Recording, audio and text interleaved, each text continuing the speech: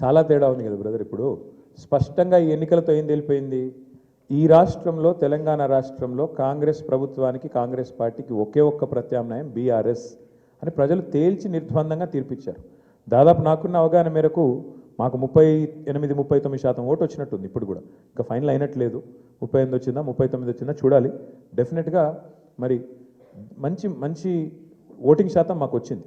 నేనేమంటానంటే మరి సింగిల్ డిజిట్లో ఉండిపోయి డిపాజిట్ కోల్పోయింది కదా ఇవాళ ఇంకో పార్టీ. మేము ఓటమి పాలయ్యి ఇంత గట్టి పోటీనిచ్చి అధికార పార్టీ ఇన్ని రకాల ప్రలోభాలు పెట్టినా, ఇన్ని రకాలుగా ఒత్తిళ్లు తెచ్చినా, ఎన్ని రకాల కార్యక్రమాలు చేసినా గట్టిగా నిలదొక్కుని బ్రహ్మాండమైన పోటీనిచ్చాం.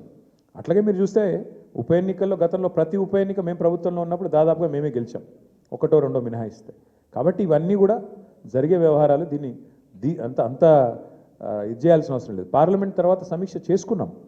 పార్లమెంట్ తర్వాత ఒక్కొక్క నియోజకవర్గం సమీక్ష చేసినాం ఏం జరిగింది అని.